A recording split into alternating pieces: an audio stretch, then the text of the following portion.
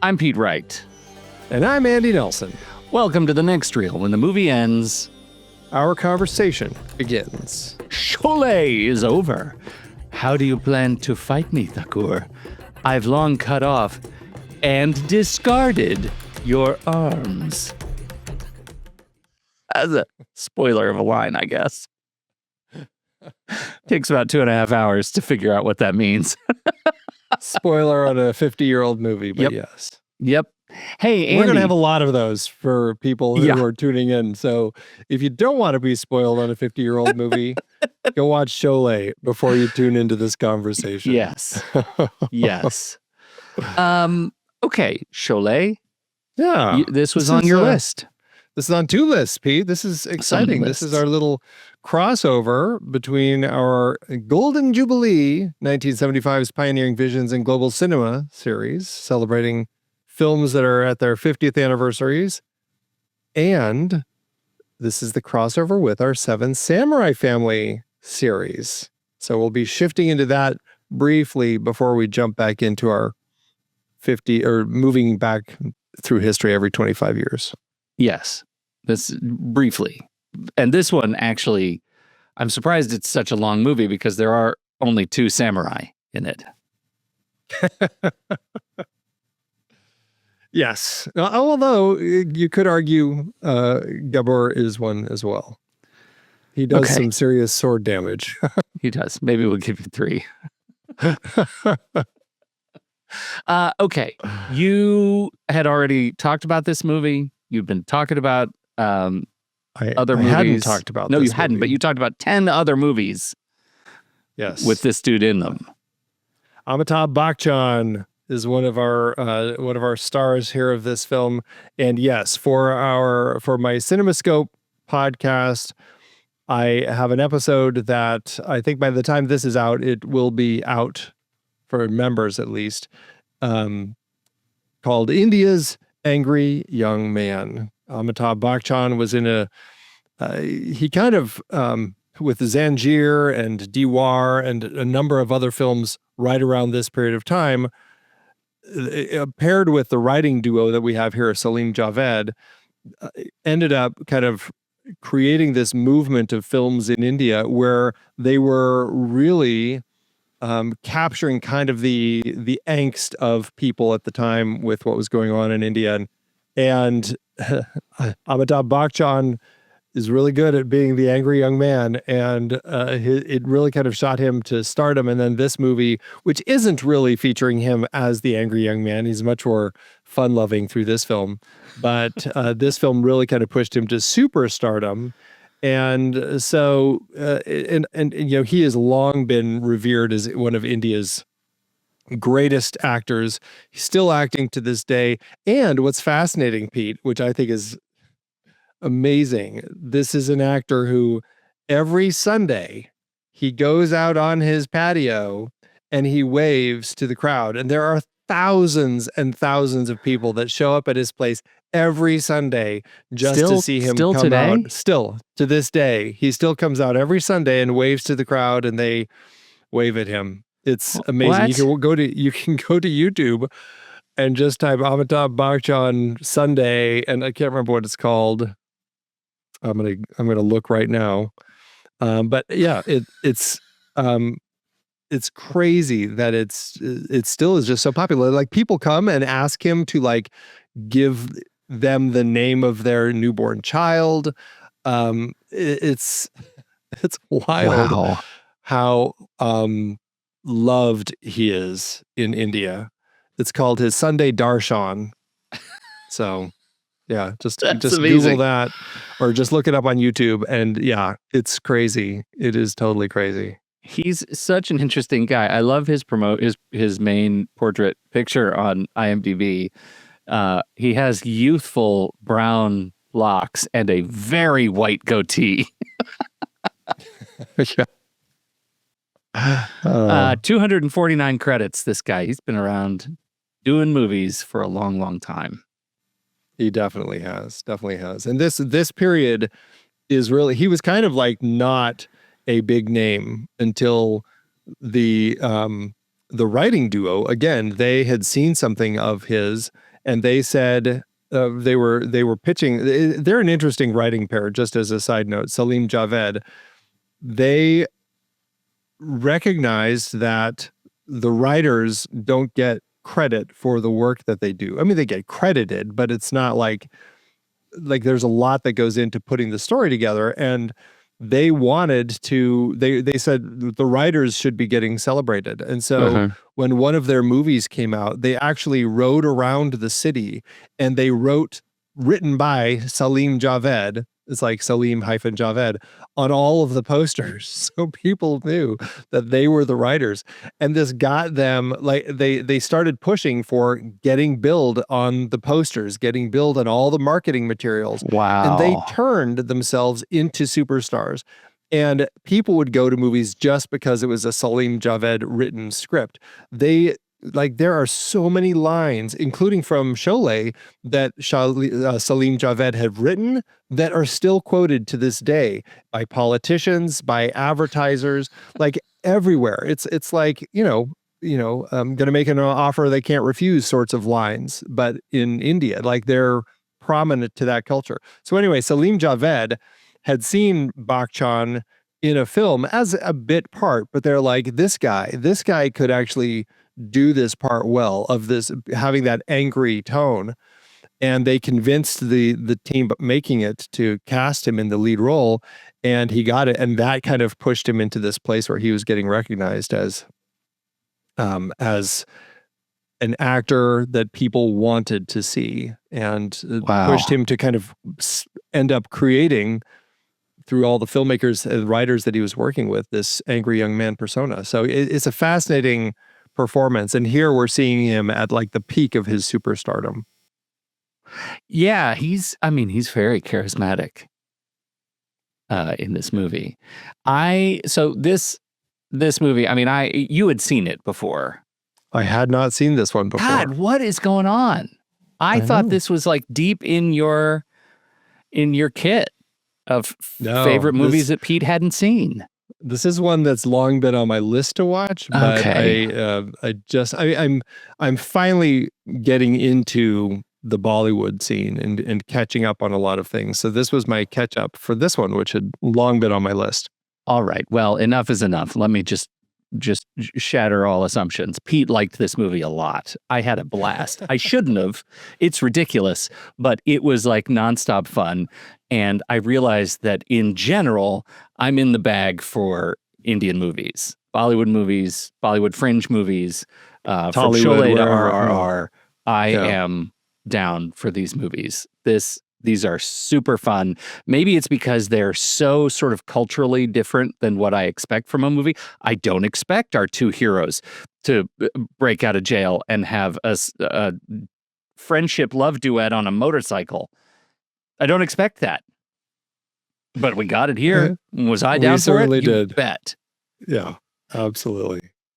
Yeah, this is, I'm glad that you enjoyed it. And, I think overall, I'm actually kind of wiping the sweat off my brow, because I was a little nervous with this particular series, looking at these films that with things like Gene Dealman in here and Sholay, I wasn't sure what to expect from you. So I'm happy to know that you have one more down. Largely enjoyed this series. Yeah, it's been good. We've only got one more, and that's our next member bonus episode, which is the Super Inframan from Hong Kong. So we'll see how that one fares. Just judging by the poster, I don't know how we could go wrong. I don't either. Oh man! All right, so this is an interesting story, because this film really kind of created this new subgenre in Indian cinema that is it is their own version of the Western, sometimes called a curry Western. But really, it's kind of a dacoit Western, which dacoit are bandit characters in Indian films. There's a whole subgenre of just dacoit films in Indian cinema. And so here we have this dacoit Western where you've got these bandits, you've got a very much of an Old West sort of feel, and you have, it does kind of also bring in some samurai elements that we have. And this is very much, as I already mentioned, part of our Seven Samurai family, because they loosely patterned this off of Seven Samurai. We've got this retired police captain or investigator who's living in this little village that gets raided regularly by these terrible bandits. And he remembers these two lovable criminals that he had once had this whole train. We'll talk about the train chase. But he had this incident on a train. They saved his life. And he's like, these two are the only two who can help me with this bandit problem. And so that's our Seven Samurai story. But we're also getting very much the Western sensibilities that you can see, like right out of the gate. The film starts with this booming shot coming up as a train arrives at this little station in the middle of nowhere in the kind of a desert area. At the end of the film, it ends with a reverse of that as the train leaves. And then in the middle, we have this massacre that feels very much patterned straight out of Once Upon a Time in the West, where we've got Henry Fonda's character coming in and wiping out the entire household. And so you can see all of these nods to these different genres as they kind of create this new dacoit Western subgenre of their own. But it also feels very Indian. We've got the singing and the dancing, and we've got all sorts of comedy. We've got story diversions that take us as we're following a love story for a while. We've got all sorts of backstories. It's all over the place. And the I mean, one of the principal segments is the Holi color parade festival with all of the shooting the powder. It just makes for, I think that the visual conflict that exists between the sort of brutality of the Indian Wild West and the vibrant color of this festival and the joyousness of these celebrations was really sort of stunning. And that's what we don't often get in what we look at as the sort of U.S. domestic Old West Westerns. It's just sadness, right? Unless it's Butch and Sundance and they're riding a bike. It's generally just sadness and filth. And this movie forces you to reckon with the question, how do they get their whites so white? It does make you ask that, especially when they're throwing colored powder all over it. Yeah. I felt like this movie, that mashup, the visual mashup of that rocky terrain and the searing sun, which was captured beautifully, made for such a memorable visual for these action sequences that I did not see coming. I didn't expect this kind of movie. Yeah. Yeah, it's it's interesting. There is a term in Indian cinema called the masala film, which is kind of a blend of masala is just a blend of spices, but in the film they say it's like a blend of all these different genres coming together. Now the singing and dancing, that's kind of just always there in Indian cinema. You can pretty much expect that in almost any genre. When I was talking about the remake in my remake exploitation episode of cinema, there was a really funny Indian remake of Nightmare on Elm Street, which also features a weird Michael Jackson character doing his own musical number. So yeah, it's always going to be there, whatever your genre. But what's interesting, and my guest told me this, he said the term masala film kind of came out later in the 80s and 90s, and it's kind of a pejorative term that they use for films that are like, that at that time were just kind of cramming everything in there, and they just didn't have the charm that you get in something like Sholay. And so I don't know, he rankled a bit at me mentioning that some of these like Sholay are kind of masala films. He's like, well, masala films are more, yes, in retroactively, you could call this a masala film. No one was calling this a masala film in 1975 when it came out. That term came out later for these other ones, and people recognize, well, this is kind of a masala film, but it's not the later masala films that they don't look at as fondly. A masala film. Yeah, right. Okay. What do we know about Ramesh Sippy? Like we find in a lot of Indian filmmakers, very much a family affair, right? I think his dad produced this film, G.P. Sippy, and his son Rohan Sippy is a film director. His daughter married one of the big actors from India, and his other son is an actor. And so, very much kind of like that sort of influence. And I think that with his dad having been in the business, it's just, you see this with a lot of Indian filmmakers where they just very much are kind of tied into this industry and they just kind of keep passing it down. And this was his most popular film that he made in his whole career. I've only seen one other of his films called Shakti, which came out in 1982. That one I did talk about in the episode on CinemaScope with Amitabh Bachchan and Dilip Kumar, two mega Indian stars. That was the first time they came together to kind of be on screen together, which got a lot of praise, but it wasn't the sort of praise that Sholay got. I don't know much else about him other than I think that he is just was a very busy filmmaker, cranking a lot of projects out. I think it's so interesting the way he captures the blend of Western genre conventions with Indian sensibilities, right? Like we were already talking about just sort of the exuberance of this production, but unlike pure sort of Westerns that we've talked about in the past, which are, I mean, they wouldn't turn away a vault.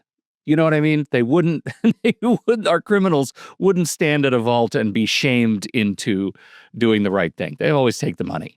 And this one, I think, emphasizes what I understand to be this more sort of family values approach and mashing it up with the melodramatic tradition of Indian cinema at the time. And to me, that really works. And it's a bit of a sleight of hand that Sippy pulls here, because these things shouldn't work. These things shouldn't feel natural, moving from sequence to sequence, location to location, feeling gritty and dirty in the open, to the singing, to the Hitler homage in, I mean, what? With a comic Hitler homage in the prison, to the just the mass. I mean, we call it the train chase. It's a massacre on that train. I mean, there's just a lot of death in this movie that feels undeniably Western, compared with or matched up with this sort of family story of these two guys, this found family story, and figuring out how to right generational wrongs. Yeah, and you bring up all the deaths, and I think that it is important to just say that this isn't like what we would see in like a modern Western, full of blood everywhere. No, and just, that's true. It's very much kind of its time, but also just the family type of movie that has family Western that has a lot of deaths, but like rarely are you seeing all the blood. It's really like stunt friendly is what it is, because the deaths all happen at just a distance where you can't see blood, and celebrates great falls. Very much. Well, also some awful horse trips. Horses fall too. That's bad news. I hate watching that. Glad we moved past that. We even get a character whose arms get sliced off. Both arms get sliced off and discarded. And discarded, as we find out. But I was like, we could have given it to the dogs. I mean, I guess just discard them. Yeah, throw them out in the desert. Give it to the dogs. Well, I don't know. That's full Hannibal. Where are the pigs? I know. That's more Game of Thrones. Yeah, getting real dark here.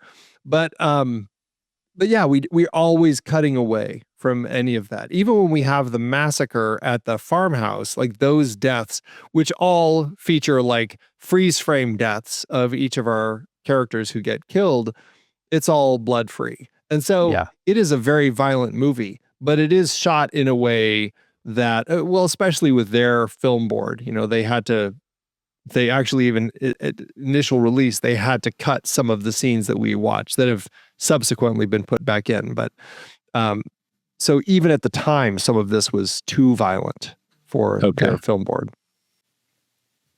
Okay. Well, Yeah. do you know the kind of stuff that was put back in? Like, what did I see that I wouldn't have seen in 1975? Oh, well, there was a different ending. They made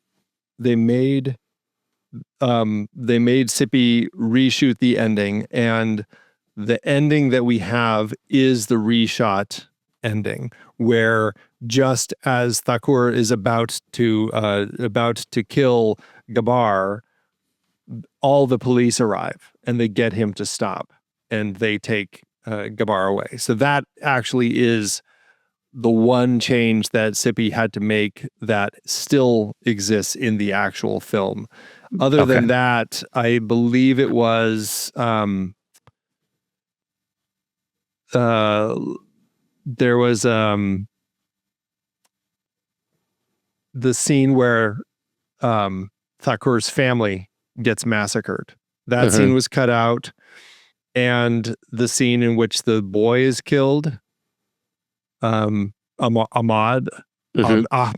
he gets killed when he's on his way to wherever. He gets that whole thing was also cut out. So the censor board had cut those things out.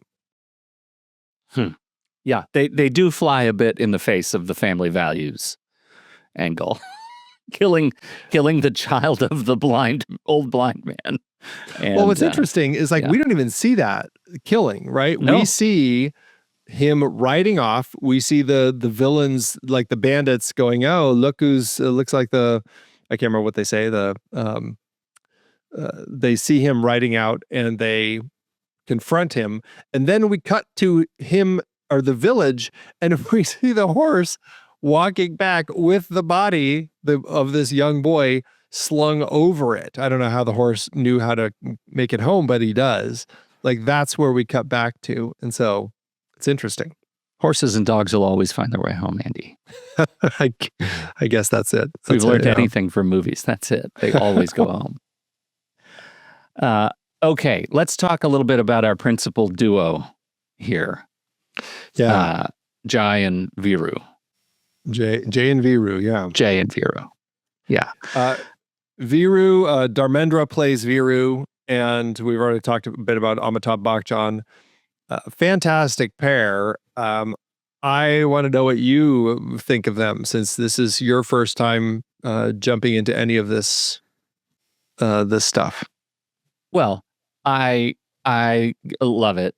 One, it's a real Butch and Sundance kind of vibe that I get, and I'm so attuned to that kind of found family experience in films. I love great friendships of miscreant characters. I think that they're really fun. They're also incredibly talented, right? They're talented at whatever they do. They have whatever skills they need to get done what they need to do in their criminality. They do it all with joy and flamboyance. They wear those great 70s outfits in a universe in which everybody else is wearing more traditional garb or sort of military garb, like desert garb, the bandit garb. They just stand out in their denim bell bottoms, and I think that works. I recognize that's probably not a thing people noticed at the time because it was 1975 and the audiences might have been wearing the same clothes. Today, for me, that really plays. But all leading up to the finale of their experience together, the death of Jai, right? Jay. I don't. Are we pronouncing it several different ways? Jay. They say Jay in the movie. Okay, yeah, I'll say Jay. Yeah. The death of Jay on the bridge, where he keeps writhing around and saying "Viru, Viru, Viru." I was genuinely moved by that moment between those guys. I thought that was incredibly powerful, and Viru's ultimate power-up to be able to go lay siege to the rest of the bandits was extraordinary and exuberant playground of violence. And so I feel like their whole relationship arc was right on. It was sort of, but not really ever tested. They were always buddies. We didn't get that kind of manufactured, oh, I hate you for a little while. Well, we better rebuild in order to fight the final boss kind of arc, which was just, it was just pleasant. It was just pleasant. Well, and what I love about this is like we're kind of seeing their just like how their relationship works over the course of the story, right? Like we start with them very free-spirited. They're hanging out. They have a fantastic song while they've stolen. They're riding around on this motorcycle with a little sidecar, which there's a whole bit where the sidecar separates everything. But it's like we get this song as they're singing about the joy of their friendship. Like that's what the whole song is. I mean, it still is one of my favorite moments in the film. Maybe in all film, I don't know. But the fact that they're riding on the motorcycle and we've got, let's see, Jay's driving the motorcycle and Viru's driving the motorcycle and Jay climbs onto his shoulders. Yeah. While they're riding the motorcycle and they're singing. Like we have this whole musical number while they're doing all of this. And that's how it ends, like that scene. Yeah. They ride off down the road astride one another. Yeah. I have to imagine that moment was partial inspiration for not just the friendship in RRR that we end up seeing there, but also the fact that we have a moment where they're doing this whole sequence on with one on the other's shoulders. Yes, it has to be. And how many other movies that we haven't seen have taken this same trope and put buddies on each other's shoulders? I am Clearly sure not enough. That needs to it wasn't be a in series. Star Wars. Why was Luke never on Han's shoulders? Luke was never on Han's shoulders. God, Andy, I'd never picked that up. Yeah. Jeez. This is the kind of introspection we need in a series next year. But we get this friendship that builds from the beginning. So we already understand the friendship. And then it's just like, it's their working relationship. What kind of thieves are they? They're kind of just the petty thieves stealing apples, stealing motorbikes. They put a deal together with kind of a scoundrel buddy of theirs for him to turn them into prison for the 2,000 rupee reward, only so that they can escape and then split the reward with him. Like that's the sort of plotting and planning that they have, right? Yeah. And we have again that whole sequence with Thakur on the train when Thakur is taking them in and the train gets attacked by bandits, like a lot of bandits. And the two of them are, Thakur asks them to help and the three of them end up stopping these bandits and Thakur gets shot and they save his life. That's the whole reason. So we know these are the burglars with a heart of gold. And we get that sense. And so it really is a story of their friendship, of them dealing with each other, falling in love with these different women from the village, and coming to a place where they're like, I'm ready to settle down. Let's get out of this life. Let's move to this village. And so we're really seeing this kind of like a little bit of evolution in their lives. And I think that's what makes it so strong, is we really see them through thick and thin and through the ups and downs of falling in love. I mean, Viru gets pretty down in his moment of drunkenness when he doesn't think that he's going to fall in love. And so I think all of that lends to this growth of this relationship. So by the time we get to that moment on the bridge, we're fully vested in the characters. Mm-hmm. A sidebar on Jay's coin, because Jay has this two-headed coin and he flips it all the time to make calls and he cheats his buddy, Viru. But every call that they make, they get heads every time because, two heads. They're all in the interests of doing good, right? So Jay knows when he flips the coin that it's not going to be a trick of fate when he says, you know, if it's heads, we save this guy's life, Thakur's life on the train. He knows it's going to be heads all along. To what degree do you think that level of influence or that level of trickery influences Viru? Do you think Viru would do the same thing if it hadn't been left up to the trick of the coin, or do you think there is between them a bent toward a more sort of dastardly criminality that Jay is actually steering away from? That's an interesting angle to look at it, because I think I don't know if Viru has ever actually thought about that, like thought long and hard enough about that.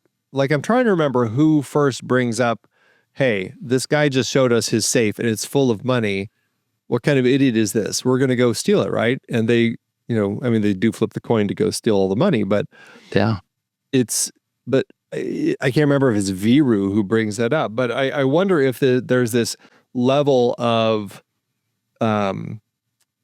character as far as what we get from Viru, where he's just not as insightful perhaps on these sorts of things. And maybe, I don't know. That poses an interesting character decision, because I don't think Viru would have been doing all of that, you know, making those same decisions. I think he would have just been actually flipping a coin. And we don't ever see a moment where Viru says, let's flip for it. Tails, we save the guy. And Jay has to be like, oh, you know, let's do heads, we save the guy. Heads save the guy. It's always heads to save. Yeah. Like, so we don't get like moments like that. And right. So I just have to imagine that there is this level of Jay wanting to do good, but because of their lifestyle, kind of okay if things just go the other way too. Yeah. Yeah. I think that's probably true, but I also like the idea that the guiding conscience is in this trickery, right? That there is steering, that we are steering toward good because of one of their natural bent toward good. And that's like Viru's sort of in orbit around Jay, and just sort of goes where the planet moves. I like it. Yeah. I thought that was a really neat artifact of the movie is the coin bit. Did you ever have any sense that it was a trick coin? Oh, yeah, very early on. I wrote actually in my notes early on in the film, I wrote down, I bet it's a two-head coin. I didn't get that at all. Yeah. You turkey. It was at the very end. I literally had the shock. A two-headed coin. Oh God, I love him so much. I love that so much that you that you were fully vested in that coin trick. Oh, it's totally bought in. Yeah. That's awesome. That's great. Yep.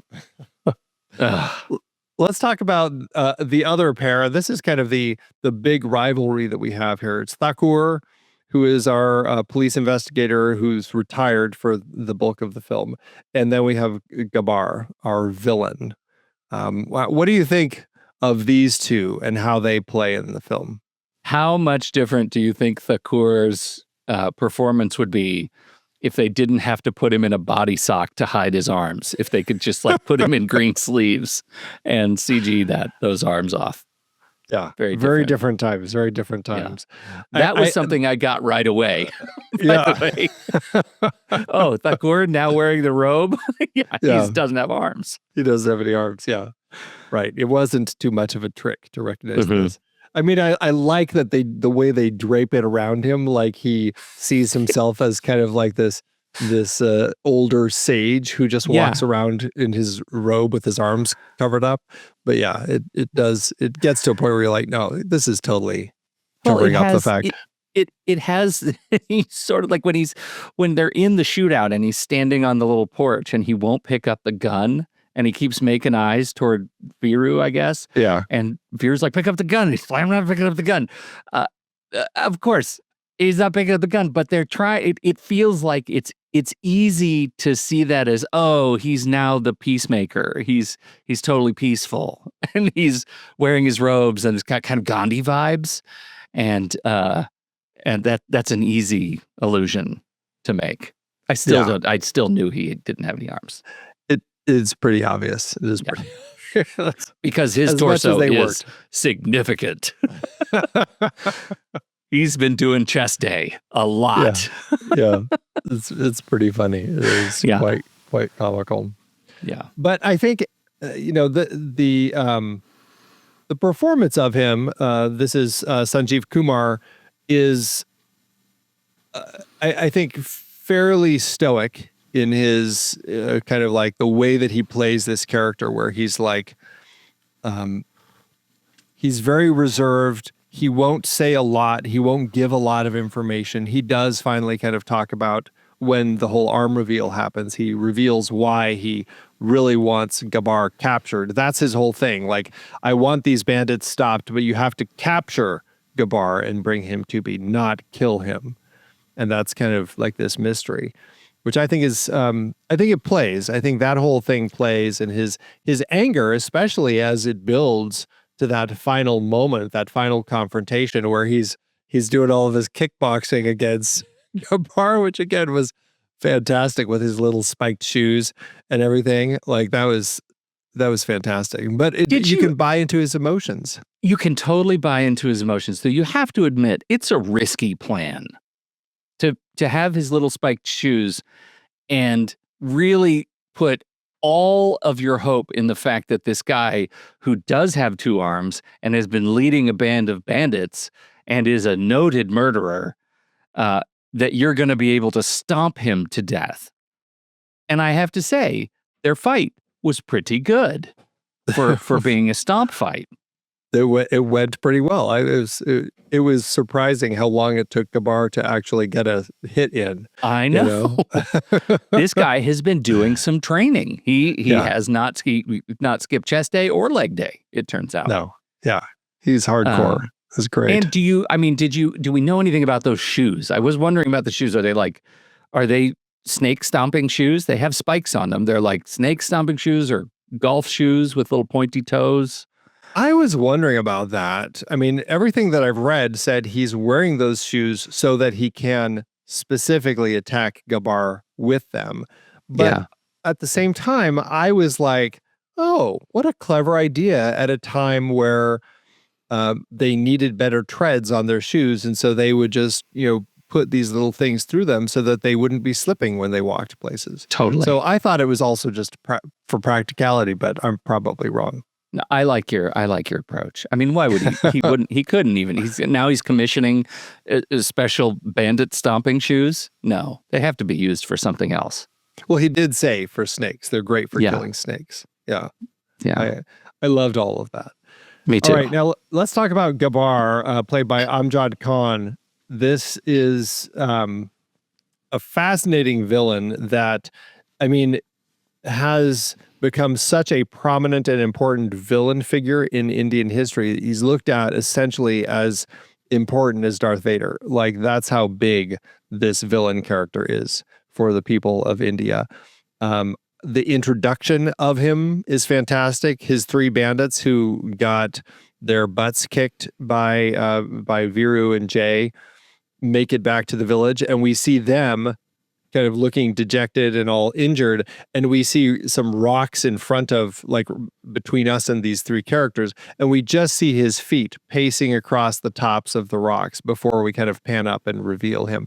I thought it was a fantastic way to introduce our villain, and I thought he looked great. What did you think of Gabbar? Well, I agree. All of that, the way he's introduced was great. But I think even more impactful was his game of Russian roulette with the three bullets and the three guys, and the way he plays that. I mean, the setup is he has a revolver with 6 shots. He fires off 3 of them, so that there are 3 consecutive shots in the chamber, and then he spins the barrel, lodges it in place, and goes up and then shoots each of the guys that that failed him. And as it happens, spinning the barrel lodged it such that he was just firing consecutively 3 empty shells. And his performance of that, of being just shocked and gleeful at how lucky those guys were that they got away with it, only to turn around and shoot them each with now 3 consecutive rounds, was diabolical. And again, it goes to the brutality of this film. Like, this swings hard toward, deeply menacing after a bit of comedy. Like, I think at this point we've already met Adolf the jailer, and seen him stumbling all over the stairs. So there are some really funny bits that lead to this, assassination. He's rough. Do you know? I mean, you say that he's as big as Darth Vader. Was this character used again? He was. Well, the character himself was used again. There was a film later that I think was called Gabbar Singh. That was, it was a 2012 film. It was named after the character, and so I don't know. And also, like, this character just inspired filmmakers to make more, quote, seemingly omnipotent oppressors as villains, end quote. So they ended up having a lot more of these just like straight up villainous characters. And but I don't know how often he specifically would like come. I don't think he came back in any other films. But yeah, he's very, very popular. His lines, like, "How many men were there?" and "One who is scared is dead," both from the scene that we're talking about, are 2 of these lines that are like the lines that people regularly quote. From Indian cinema. So I think he's just like a fascinating glimpse into what works. And I mean, I find him very fun to watch. Like, he's not just, I mean, he is an evil guy, but he's like smiley and cracking jokes and laughing, and like there is this jovial side to him as a villain, which makes him, I thought, quite a bit of fun to have as the primary antagonist of our story. Apparently the original ending, he's killed. Yeah. And in the one that I watched, he's arrested. Yeah, in the original ending, and again, this is what I was saying, like, that actual ending, all the other stuff has been put back, but that actual original ending, I don't believe they've ever, I think they did show it at some point, but it's not, I don't think it's ever actually been put back in. But Thakur kicks Gabbar onto a nail on one of the 2 poles that Gabbar had used to chain him when he cut off his arms, which stabs him in the back and kills him. And that's how he ends up getting killed in the... How do you feel about that, watching the movie? Did you want him to get got? Well, because of the fact that earlier in the film, when Thakur had captured him and arrested him, put him in jail, Gabbar just got out. He broke out right away. And that's when he went and killed Thakur's family, right? Like, we saw that happen. And so the fact that he gets captured by the police did have me concerned that, okay, he's just going to get out again. Honestly, it would have set up a good sequel if they decided they were going to do something else with it. But I guess I was okay, because while it would have been satisfying in the context of the story, seeing Thakur finally get his vengeance, it also Thakur doesn't have to stoop down to Gabbar's level, you know? Yeah. I think that's a really interesting kind of fine line to walk, right? Because you can look at it as censorship, or you can look at it as, the original ending satisfies the narrative, the vengeance narrative, but it absolutely flies in the face of the theme of the movie, right? Like, there are ways to choose peace for this character, Thakur, who is driven by vengeance, but really was an officer of the law. And I think his, like, satisfying his thematic backstory is is in full view in the actual ending that we got, and I don't mind it. I don't mind it.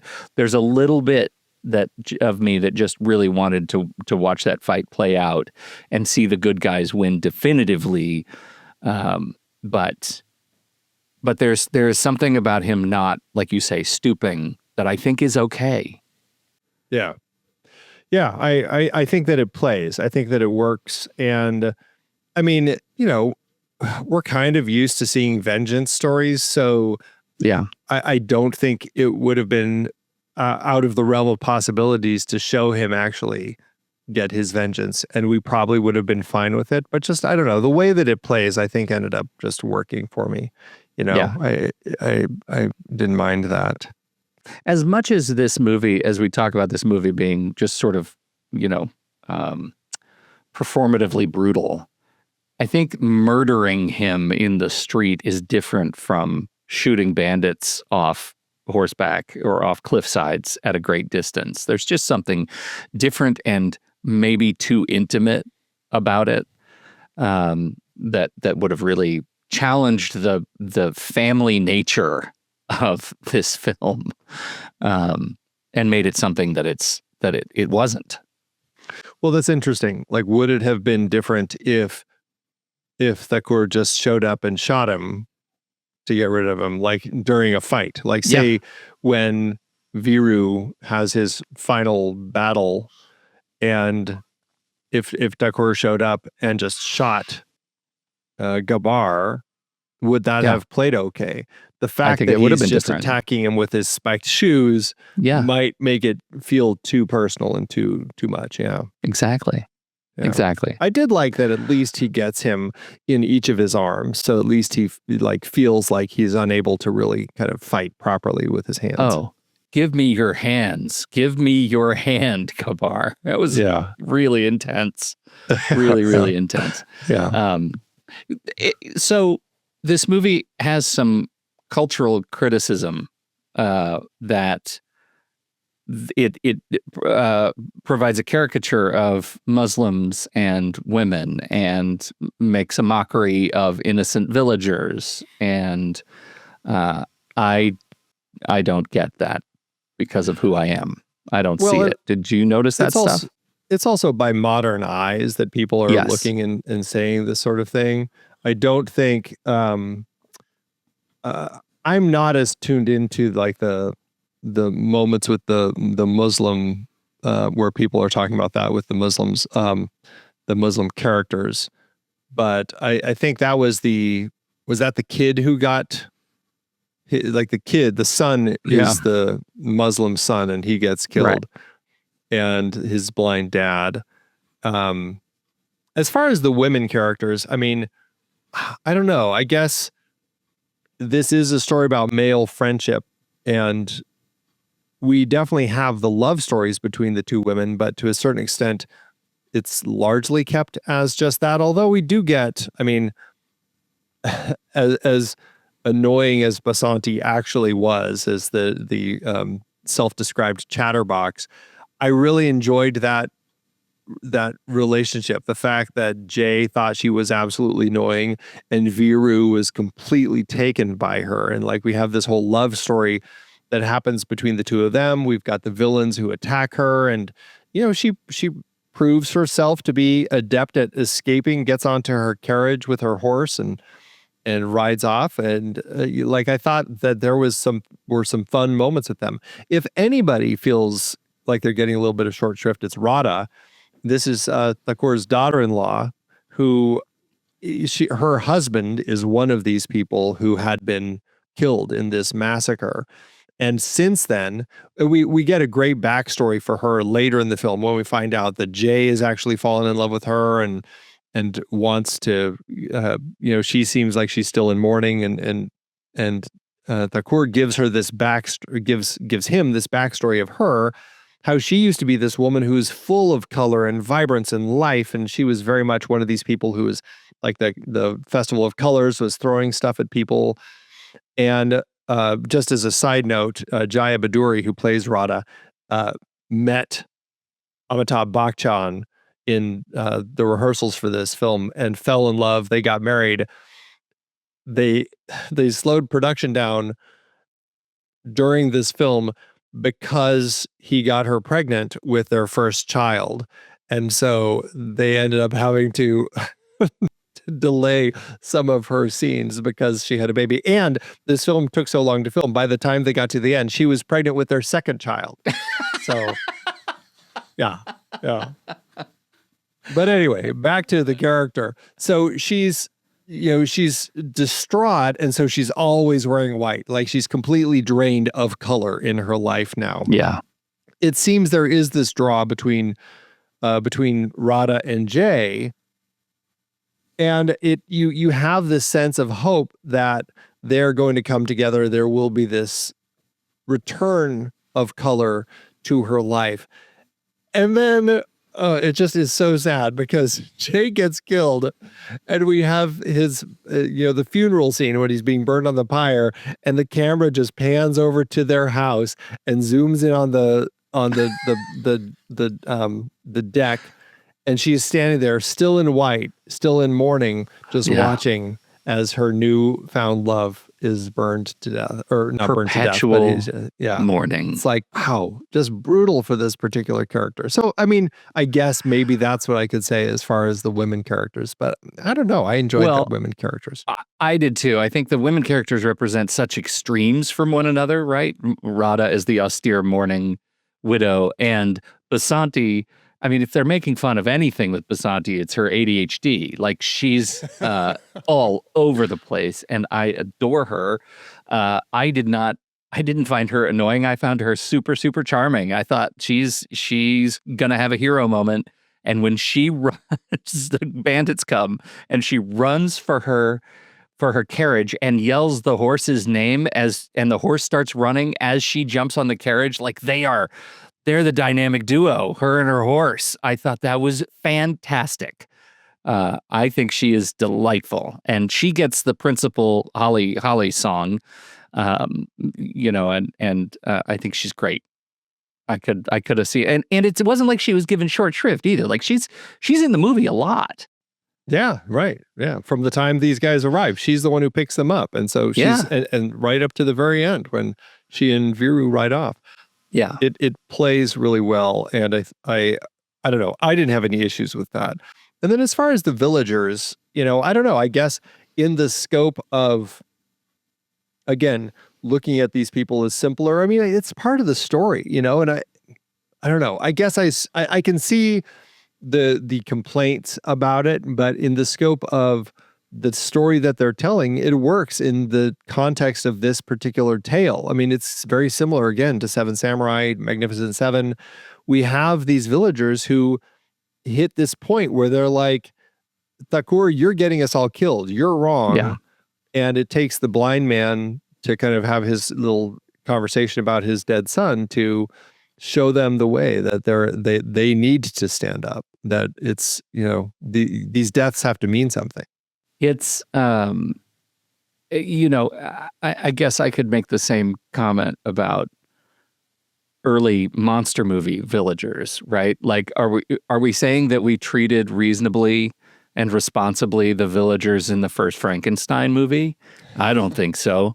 They were idiots, and they were pitchforks and torches idiots, and that's the point, right? Like, they were the unreasonable mass that needed to exist in order to confront the reality of the narrative. And that's exactly what we have here. I guess I was, considering that this is a loose retelling, or at least is pulling elements from Seven Samurai, I was wondering if they were going to bring the villagers into their attacks at some point. Yeah. Like, that was something I kind of was expecting. And even at the end, as we're building, I even wrote in my notes, I'm like, oh, the villagers finally show up. Like, they're going to finally do their part and kind of contribute and help in bringing these bandits down.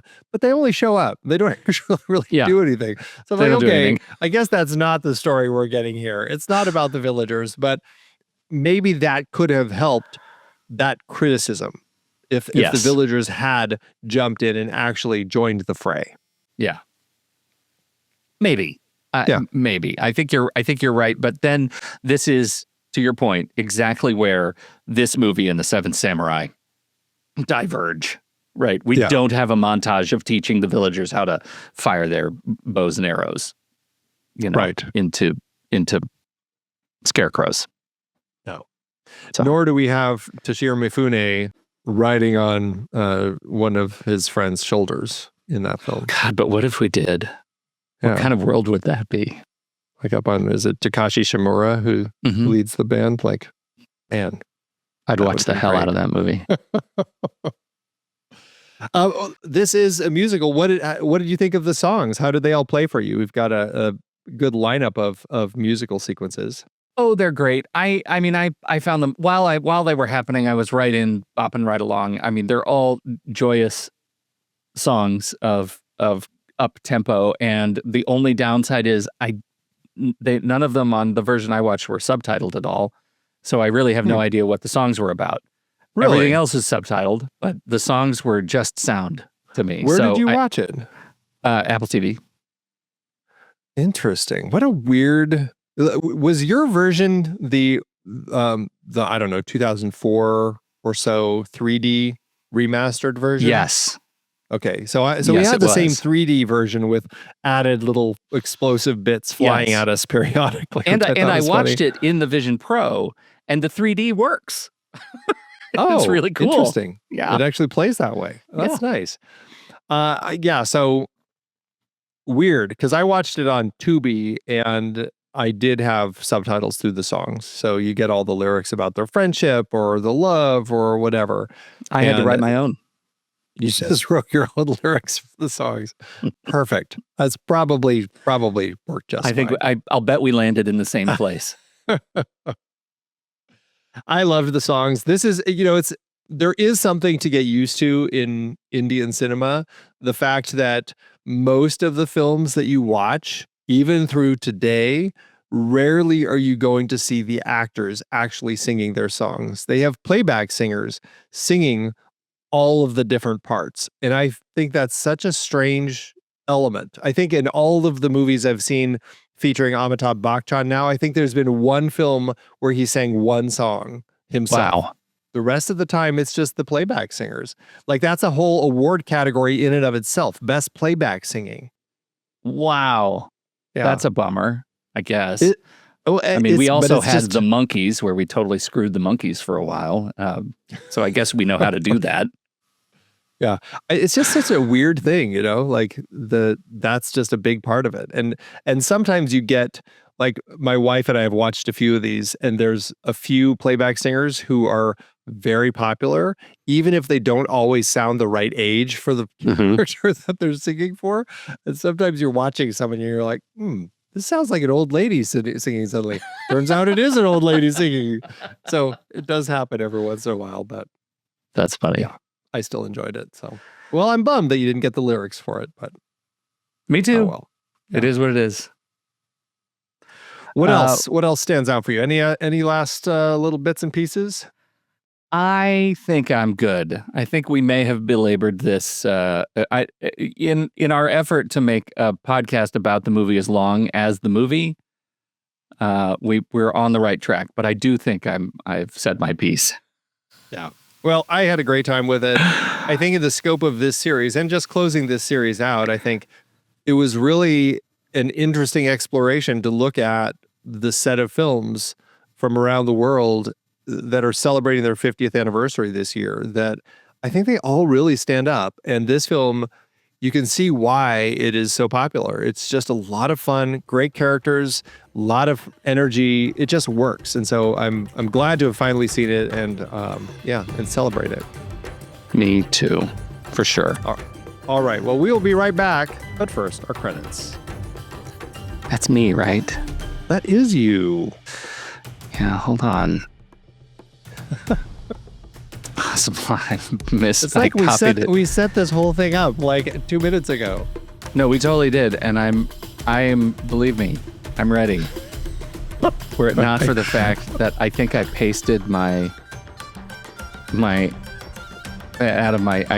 cut from my notes app, and then I pasted it into my Sholay, and I think I pasted in the wrong note, and now it's not there.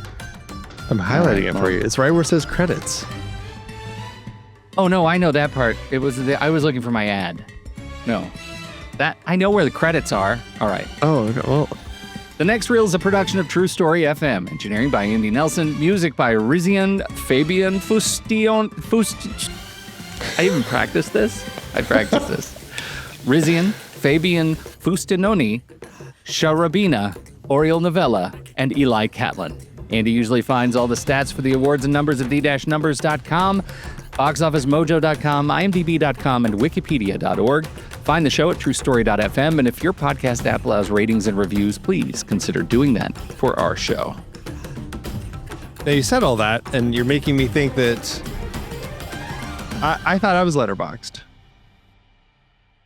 No, you are. You're right. Okay. I am membership, but you're just getting. I thought I was going now, and I'm not. Okay, you're fine. getting me all. Go ahead. Getting me all concerned, man. Okay, here we go. All right. Sometimes all we really need is a good friend, you know? Someone who's there to help you remember what movie you watched last Thursday. Someone who can help you track which Bollywood movies you've seen and which are still holes for you to fill. Someone who can carry you on their shoulders and sing a duet with you while riding a motorcycle. Well, I'm here to tell you that you've got that friend in Letterboxd. Letterboxd is here to be your ultimate movie buddy. The Butch to your Sundance, the Thelma to your Louise, the Viru to your Jay. Your partner in crime in the wild world of films. With Letterboxd, you'll never have to face the vast landscape of cinema alone. It's more than just a platform, it's a friend that truly gets your passion for movies and is always ready to dive in with a killer recommendation, a thought-provoking review, or an engaging discussion. And here's the deal, we've got an exclusive offer for all you film fanatics out there. Head over to thenextreel.com/letterboxd or sign up directly on Letterboxd and use the code NEXTREEL to snag a sweet 20% off your membership. And this code works for both new signups and renewals, so everyone can join in on the fun. With a Letterboxd Pro or Patron membership, you'll unlock a whole host of awesome features like ad-free browsing, personalized stats pages, streaming service notifications, and much more. Letterboxd will be your superpowered movie sidekick in your pocket, ready to enhance your film-loving life at every turn. So what are you waiting for? Join the vibrant Letterboxd community today and dive headfirst into the electrifying world of cinema. Climb onto Letterboxd's shoulders and let Letterboxd be your trusted guide, your film-loving confidant, as you embark on this thrilling adventure through the movies that move you. Visit thenextreel.com/letterboxd or sign up on Letterboxd with the code NEXTREEL. There it is. Andy, sequels and remakes. This movie, I haven't read your notes because there's a dizzying number of bullets ahead of us. There's a lot of stuff. And actually, goes back to your question that you had earlier. Has Gabbar Singh shown up in another film? And I forgot about this one. Amjad Khan himself played Gabbar Singh again in the 1991 spoof Ramgar Ke Sholay, and then also went on to reprise his character in all sorts of commercials. And then I already mentioned the 2012 Gabbar Singh Telugu film. The comedian Jagdeep, he played Surma Bhopali in the film. He's the guy who works at the lumber mill where they do the deal to help him get the money for when they break out of prison. Yeah. He used his Sholay success to create a spin-off, directing and playing the lead in the 1988 film Surma Bhopali, in which Dharmendra and Bachchan actually both came back to do cameos of themselves. Sholay itself was remade in Bangladesh as Dost Dushman, becoming the first Dollywood film to portray a number of lengthy action scenes, which led to it being condemned by many film critics for bringing violence to the cinema screen in Bangladesh, which I guess they were light on up to that point in 1977. There was another attempt to remake Sholay. Ram Gopal Varma made the film Og in 2007, and in this one, Amitabh Bachchan was the villain. Ended up being a commercial and critical disaster. Everyone pretty much hated that one. There have been video game versions of Sholay. There was the Sholay Ramgar Express iPhone game. There were some all sorts of the other sorts of things you get, like wallpapers, all that. There was the game Sholay Bullets of Justice. There was an animated TV film adaptation called Sholay Adventures.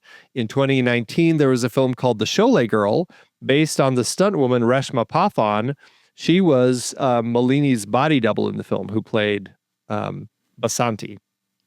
There have been books. There have been just so many different things. The 3D re-release in 2014. One person called Sholay, no longer just a film, but an event. It had become that important. And Shekhar Kapoor, the filmmaker, he actually said, there's never been a more defining film on the Indian screen. Indian film history can be divided into Sholay BC and Sholay AD, which I think is really funny. And that's just the film, Pete. Now let me talk about the songs. The film Mabuba Mabuba, this song has been anthologized, remixed, recreated. Kronos Quartet actually has a Grammy-nominated album called You've Stolen My Heart, which is all songs that are by the writer who wrote the songs for Sholay. And Mabuba Mabuba, they have a version on that one. And then Himesh Reshammiya, he performed the song in a film in 2007 called Aapka Suror. The other song, Ye Dosti, has been called the ultimate friendship anthem. This song has been remixed and sung for different films. And interestingly enough, in 2010, this song was used to symbolize India's friendship with the United States during a visit from President Barack Obama. Wow. Yeah. Do you remember those days? They seem so far away. That's incredible. What a legacy this film has established and yet feels so far away. I'm so glad we watched it. How'd this one do at awards season? It had 5 wins with 5 other nominations at the Filmfare Awards, which is India's Oscars. It won for Best Editor. Amjad Khan was nominated for Best Supporting Actor, but lost to Shashi Kapoor in Diwar, a film I did talk about on the India's Angry Young Man. Excellent film, Pete. You should watch Diwar. It is. Okay. It's a great one. Also lost Best Director to Diwar, Best Film to Diwar. Sanjeev Kumar was nominated for Best Actor, but lost to himself in Andi.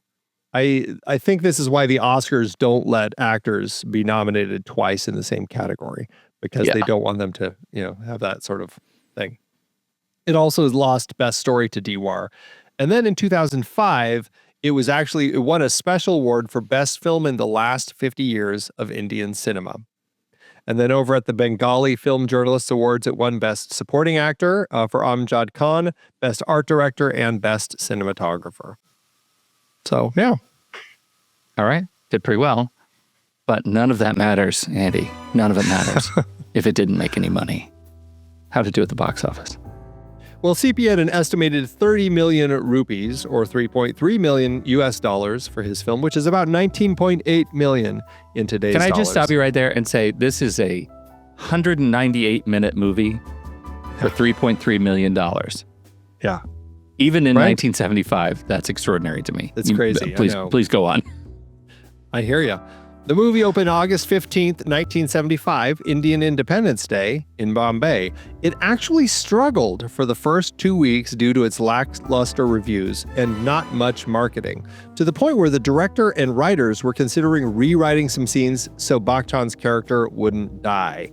But after those first 2 weeks, word of mouth picked up, and with the help of the soundtrack release, it exploded. Becoming an overnight sensation, it became the highest-grossing Hindi-language film of the year, earning $16.8 million in India, or $98.8 million in today's dollars. That's an adjusted profit per finished minute of $387,000. And with all of its subsequent releases, it's more than doubled its earnings. It was also a huge success in the Soviet Union and in China.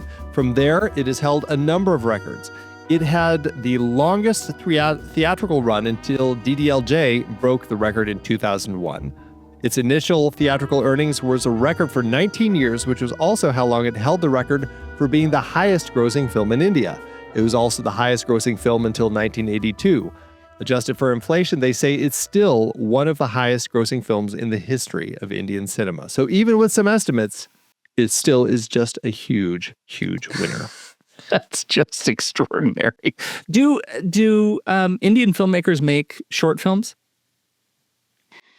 Seems like all the films you make me watch are really long. I mean, there are some that I've watched that are like, under 2 hours. Any in the 90-minute range? 90 minutes is a sweet spot, I think you know. Yeah, I know. Right. Just look at this, like 2 90-minute films. Yeah, no, you have to. Yeah, you got the intermission in the middle, just And yet, all of the movies I've watched, Zindagi Namalega Dabara is huge, and I'll watch that any day of the week. Any day of the week, I'll watch that movie. Fantastic movie. Yeah. All right. Well, great film. Thrilled we watched it. Yeah. Huge. Yeah, it's a lot of fun. So, all right, that is it for today's conversation. Next week, we will continue our Seven Samurai Family series with a look at Battle Beyond the Stars. We'll be right back for our ratings. It was bound to come round. It was. Once we had our Roger Corman series, it was inevitable that this movie would end up on our list. Inevitable. Okay, now it's me. Now it's you. So, you think you know everything about movies, huh? You listen to podcasts, you read reviews, you argue on the internet. But let me ask you something. When the next reel drops that bonus episode analyzing the director's cut, where are you? Sitting there empty-handed like some amateur film student boob. When we're streaming live, recording sessions, revealing our secrets, sharing our process, you're locked out, watching from the outside like some thug waiting for orders. This is no way to live! You deserve better than scraps. You deserve the full experience. The Next Reel Family membership program gives you power. Early access. You hear our hottest takes before the masses, or sometimes 50 years after the masses. You'll get bonus content hidden in every episode, like buried treasure, your own private podcast feed, ad-free episodes, Discord access, and more exclusive than my fortress in these here hills. And the greatest victory of all, directly supporting the podcast you love instead of just taking like some common bandit. TrueStory.fm/join. Join now, because in this digital wasteland, you can either rule with us or keep begging for scraps. Choose wisely. I don't ask twice. I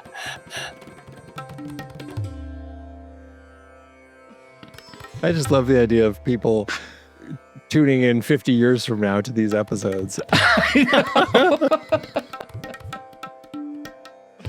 Oh, to dream. Oh my God, too funny. Andy, I mean, there was a time when we would have laughed saying, what are people in 15 years going to say? That's true. Oh, man. All right. Letterboxd, Andy, that's what comes next. Letterboxd.com / the next reel. That's where you find our HQ page, and that's where we leave our reviews and such and so and such and so. And this is our chance to apply our stars and hearts. And I'd like to know how you will apply your stars and hearts to Sholay. I had such a blast with this film. I'm torn. Like, is this 4.5? Is it just a straight up 5-star film? I had a great time. I'm going to say 4.5 for now, but it easily could bump up to 5. Man, I don't know. Now you're going to make me feel guilty.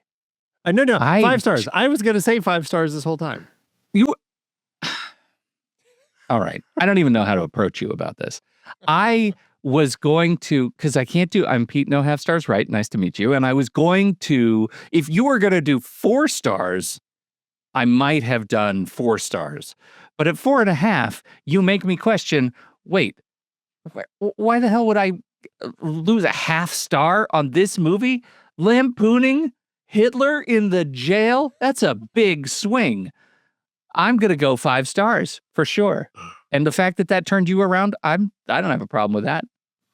No, it is so much fun. Like, I can't see how anyone would watch this and not just have a great time from start to finish. The characters are blast. The scenes are fun. The action sequences are a thrill. It's a great film. So everyone should definitely check this out. If you haven't dug into Bollywood films yet, and you've made it through this whole conversation, and we've spoiled it all for you, give this one a shot. I think you'll have a good time. It's one of those where even if it's spoiled, I still think you're going to enjoy it. It's a great way to enter the gestalt of these kinds of films. Absolutely. All right. Well, that averages out to 5 stars and a heart. Look at that. You can find that over on our account on Letterboxd at The Next Reel. You can find me there at Soda Creek Film, and you can find Pete there at Pete Wright. So what did you think about Sholay? We would love to hear your thoughts. Hop into the Show Talk channel over in our Discord community, where we will be talking about the movie this week. When the movie ends, our conversation begins.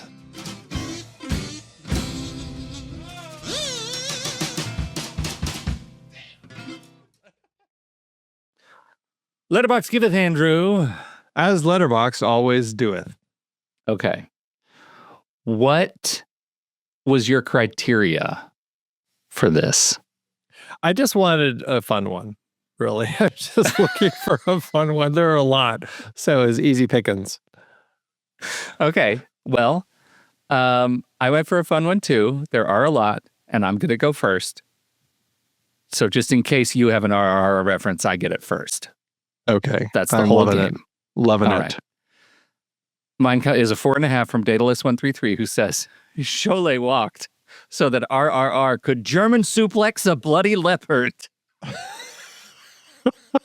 Old school Bollywood classic, shot like a spaghetti western. Lots of action, romance, sweeping wide shots, and the legally required amount of dance sequences. Yes, absolutely.